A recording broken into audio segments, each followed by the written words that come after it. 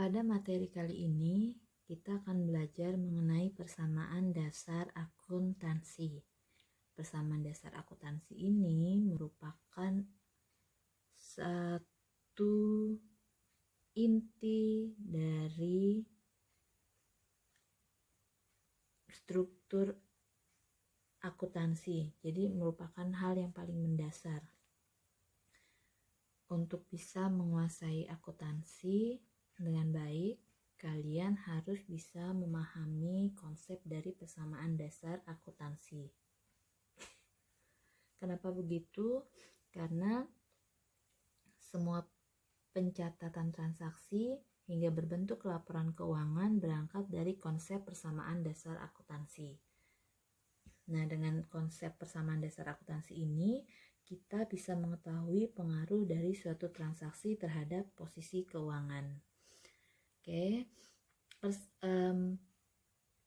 Materi persamaan dasar akuntansi ini diambil dari kompetensi dasar 3.6 yaitu menerapkan persamaan dasar akuntansi dan 4.6 yaitu membuat persamaan dasar akuntansi.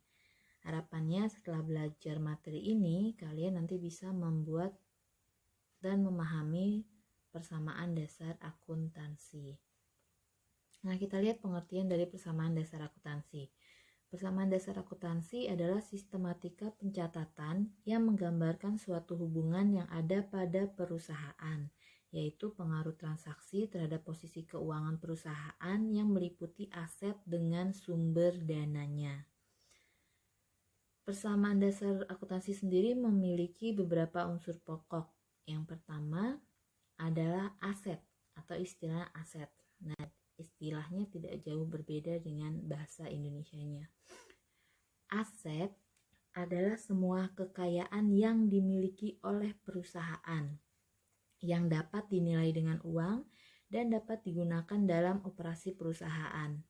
Menurut SAK atau Standar Akuntansi Keuangan, aset adalah sumber daya yang dikuasai oleh perusahaan sebagai akibat dari peristiwa masa lalu dan dari mana manfaat ekonomi di masa depan diharapkan akan diperoleh perusahaan.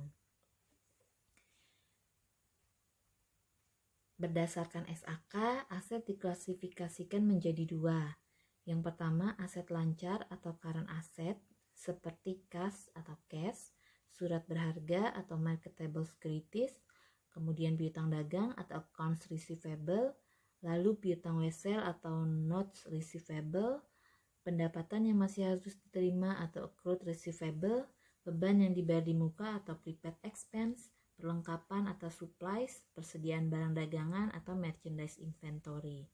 Nah, kita coba bahas satu-satu. Aset lancar, yang dikatakan aset lancar itu adalah aset yang bisa dicairkan atau dijadikan uang dalam waktu singkat dan tidak mengurangi nilainya. Tidak secara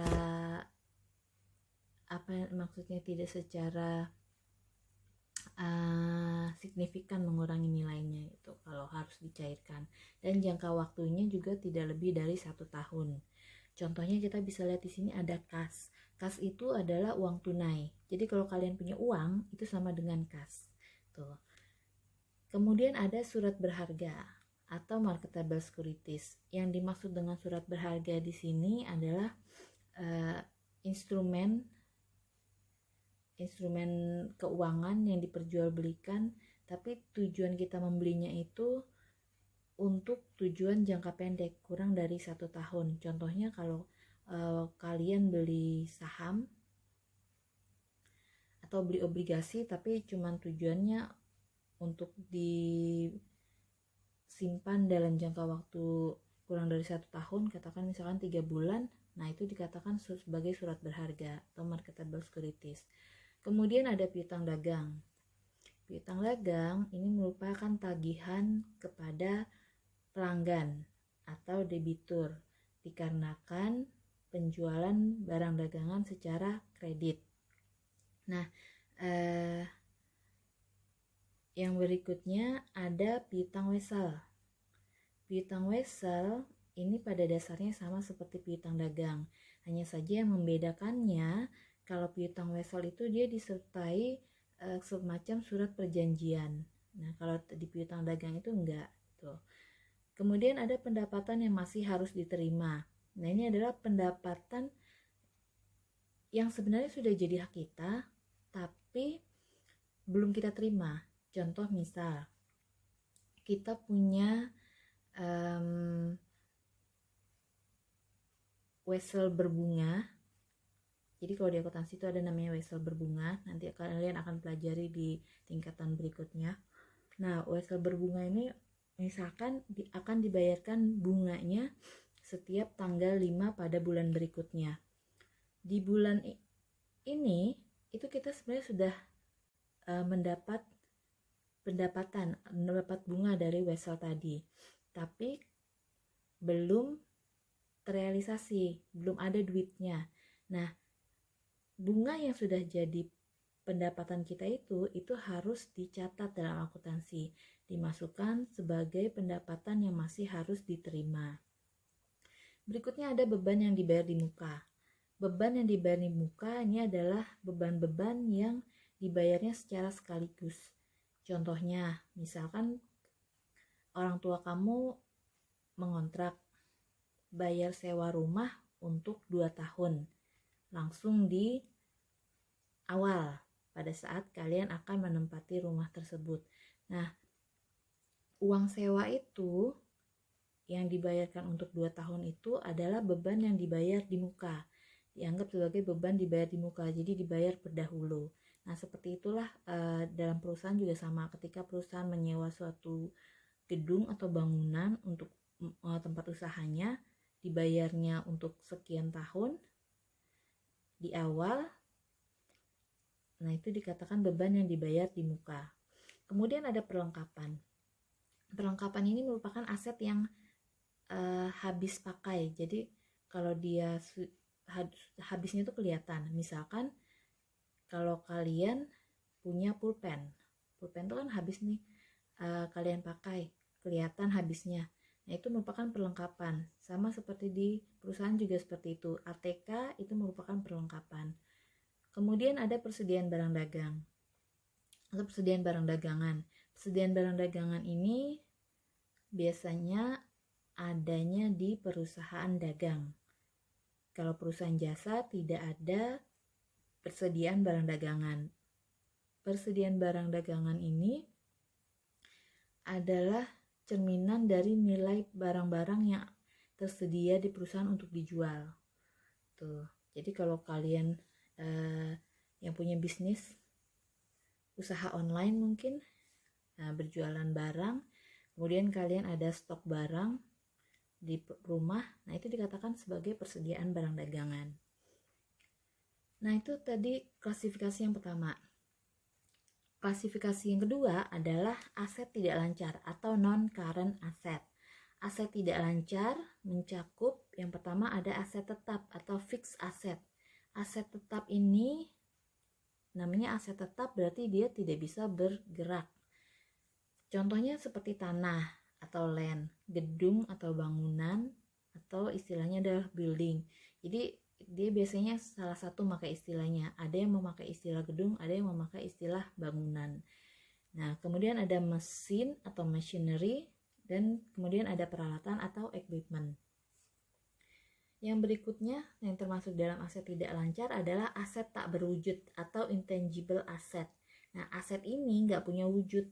Kalian nggak bisa lihat bentuknya seperti apa, tapi dia punya nilai. Contohnya seperti goodwill.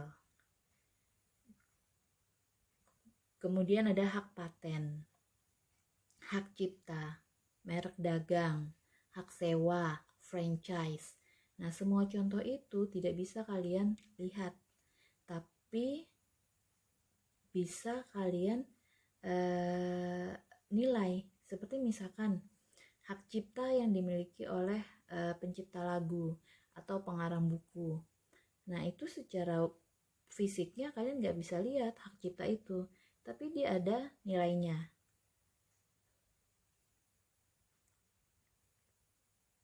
Berikutnya adalah aset keuangan yang bersifat jangka panjang seperti investasi jangka panjang atau long term investment.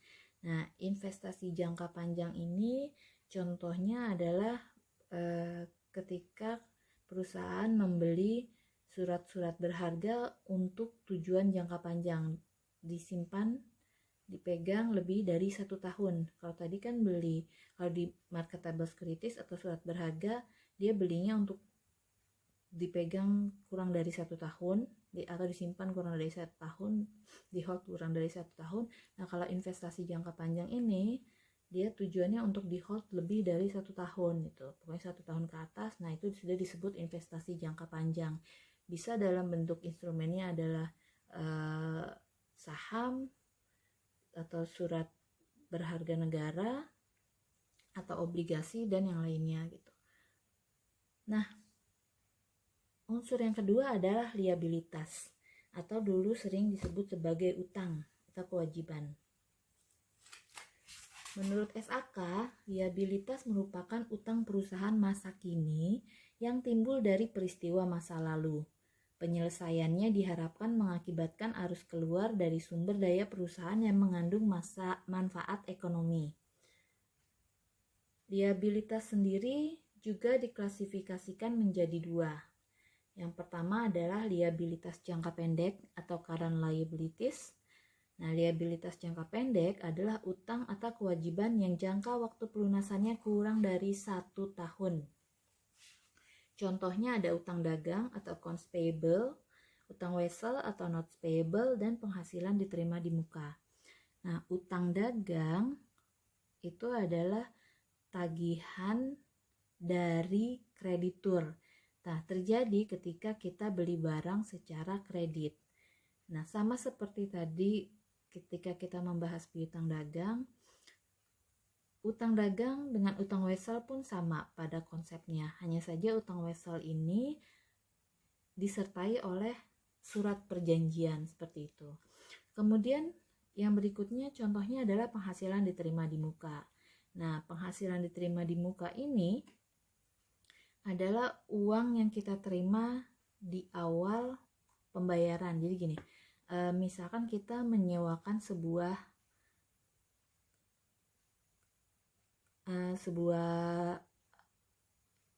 rumah gitu ya. Kita menyewakan sebuah rumah. Rumah itu akan disewa selama 2 tahun. Nah, uang sewa 2 tahun itu langsung dibayarkan di awal. Nah, uang sewa yang kita terima itu disebut penghasilan diterima di muka. Dia sebenarnya belum jadi penghasilan kita, belum jadi hak kita, tapi sudah kita terima gitu. Makanya dia dikelompokkan sebagai hutang. Klasifikasi yang kedua adalah liabilitas jangka panjang atau long term liabilities. Liabilitas jangka panjang adalah utang atau kewajiban yang jangka waktu pelunasannya lebih dari 1 tahun. Contohnya ada hutang hipotek atau mortgage payable, hutang obligasi atau bonds payable, hutang bank atau bank loan. Kalau hutang hipotek itu adalah hutang yang menggunakan jaminannya berupa aset tidak bergerak, seperti misalkan tanah atau bangunan. Kemudian untuk utang obligasi ini adalah utang kewajiban, biasanya di jangka panjang lebih dari 1 tahun dia menjual obligasi, ada instrumennya namanya obligasi. Kemudian hutang bank, nah ini mungkin yang paling sering kalian dengar, dan mungkin juga orang tua kalian ada yang memiliki hutang di bank. Nah, biasanya kalau orang minjem uang di bank itu lebih dari 1 tahun jangka waktunya.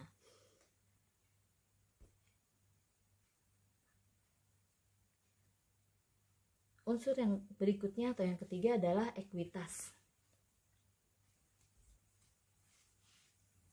Menurut SAK, ekuitas adalah hak residual atas aset perusahaan setelah dikurangi semua liabilitas.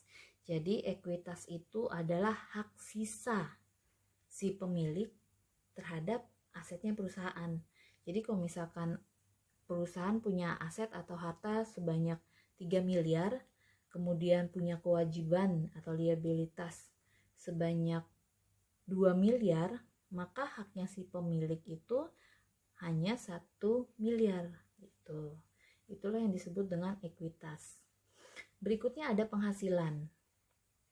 Menurut SAK, definisi penghasilan atau income meliputi baik pendapatan atau revenues maupun keuntungan atau gains.